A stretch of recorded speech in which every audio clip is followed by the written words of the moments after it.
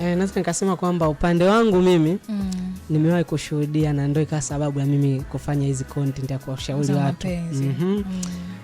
Kuna watu nadhani ushawahi kusikia kuna watu wamejiua, wamekunywa sumu, wengine wamejinyonga. Vinatokea.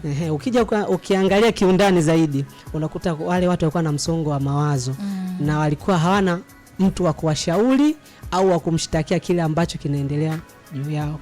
Kwa binafsi kwa kuona hivi nikaamua nianze kufanya hivi, yani ndio mshauri wao sasa. Na pia nina ushahidi.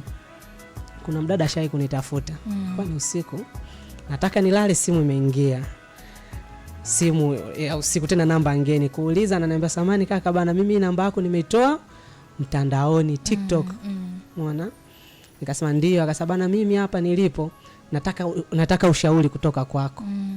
Kuna mtu alikuwa yeye anampenda, umeona, lakini anapompenda yule mtu akame amempiga matukio ya kutosha, umeona.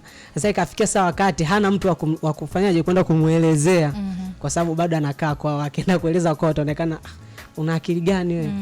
Kwa ule usiku yule dada alikuwa kwenye maamuzi magumu, alikuwa anasumu kabisa, anataka kufanyaje kujiua.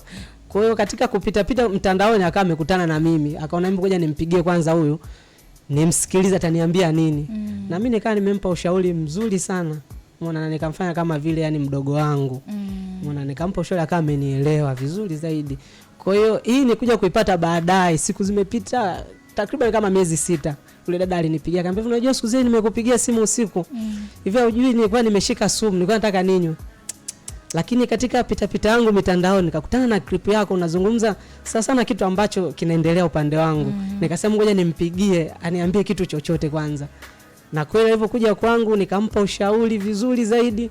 Yule dada ikani sababu ya kuacha kile alichokuwa anataka kukifanya. Tena akaniambia, kaka yangu umeokoa maisha yangu sana. Nina zawadi yako unayotaka niambie. Kuna zawadi alinipatia yule dada. Nice. Kwa hiyo upande wangu naweza nikasema kwamba nimeamua kuwa mshauri kwa sababu kuna watu ambao hawana watu wa kuwasikiliza au wa kuwashtakia mambo ambayo wanayapitia. Na hiyo ni kweli, unaweza kupitia